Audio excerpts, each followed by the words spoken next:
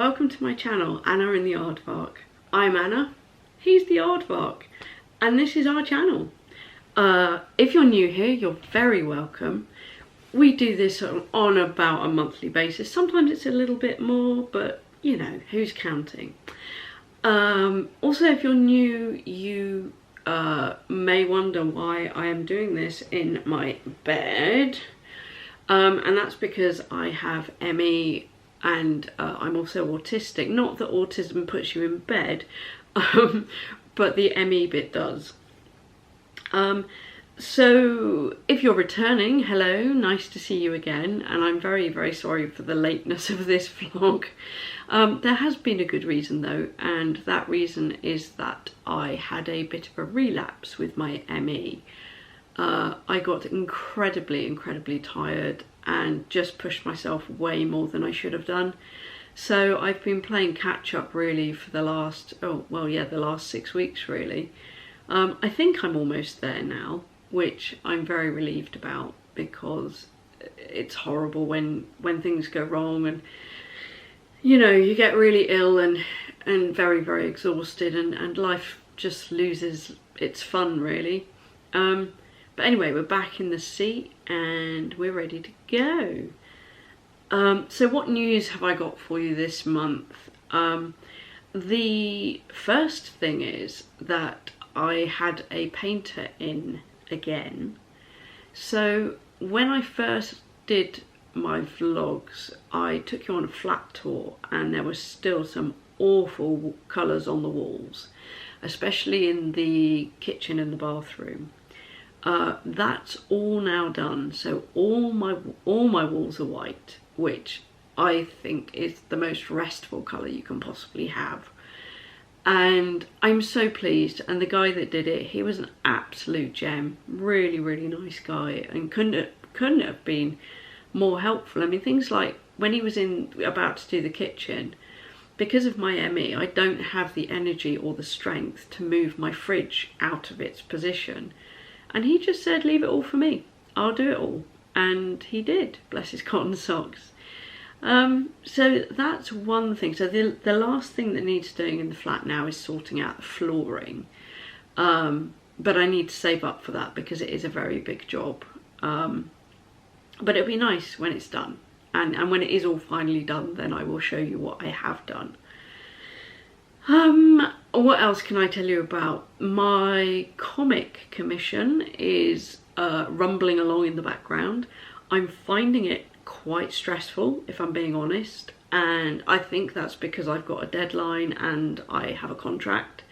So it's not as joyous as perhaps it could be. I mean, don't get me wrong, I'm still really enjoying doing it and it's a great experience, and at the end of it I'll have a tangible thing that I've made.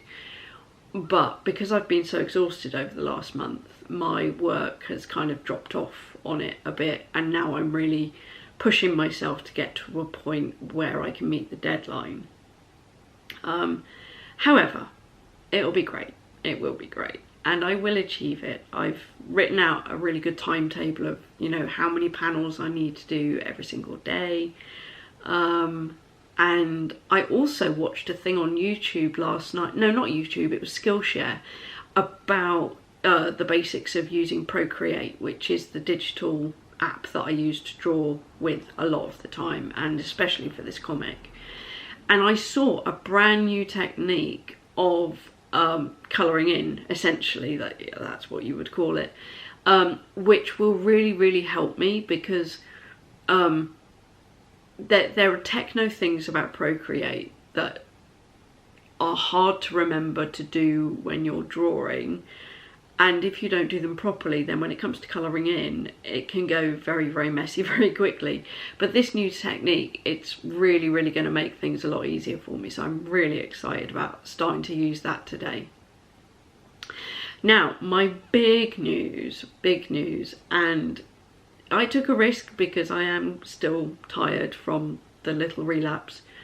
I did something big. We did something big. Him, me, and my mum and dad did something big. It was amazing. My mum and dad got married in Ely Cathedral, and that was because my mum's father was a vicar there, a priest there. I'm not quite sure what the wordage should be here, but anyway, he did services in the cathedral. And because of that, my mum and dad got to get married in the cathedral. And we had an idea quite a while ago that it would be really lovely to go back to Ely so that we could look at my mum's childhood house, obviously not inside, but just from outside. And also to revisit the cathedral, not only to see the amazing architecture, but to stand on the step that they got married on. And I desperately wanted to get a picture of them right there in the cathedral. And yeah, so we went on a road trip.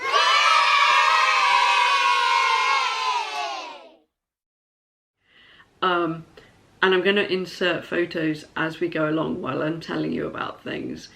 So first of all, it was Monday last week, and we got in the car and my dad drove all the way to Ely via some very random mess ups around Birmingham.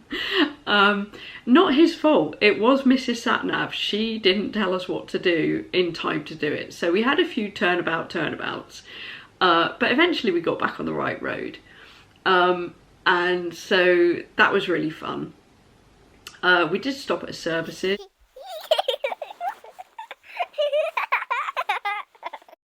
For a quick wee break and lunch. And that was really interesting because it was my first time out not wearing a mask, and I didn't know how I'd feel about it, but you know, I didn't worry about it one bit. There weren't that many people at the station, so it wasn't too crowded and I didn't feel vulnerable in any way, so that was really, really cool.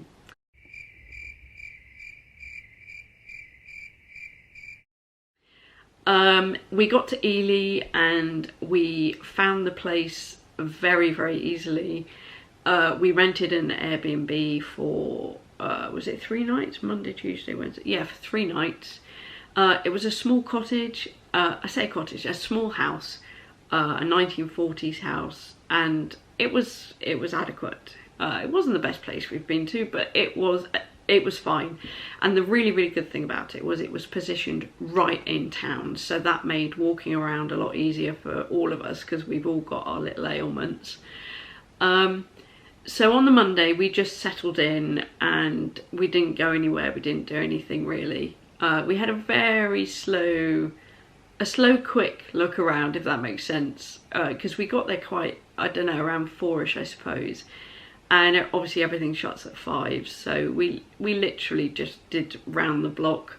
And then, I think it was that night we had fish and chips from the chip shop, which was quite nice. On the Tuesday, we actually went to the cathedral.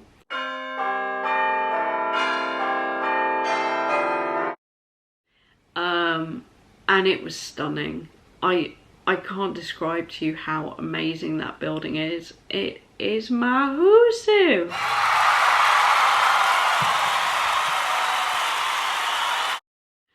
And so beautiful. The stained glass is beyond anything I've ever seen.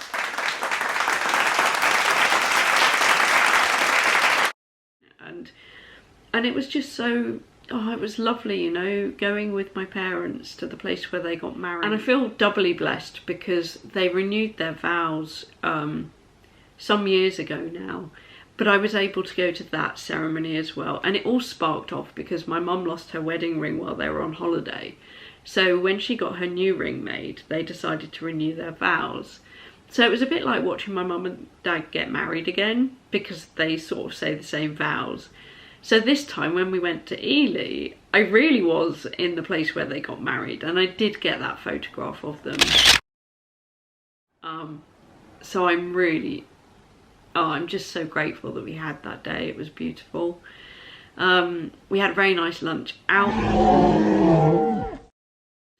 And then the following day we met up with my mum's best friend and her husband, who live very, very close to Ely in a place called, oh, where do they live? Outside Wisbech, we'll say outside Wisbech.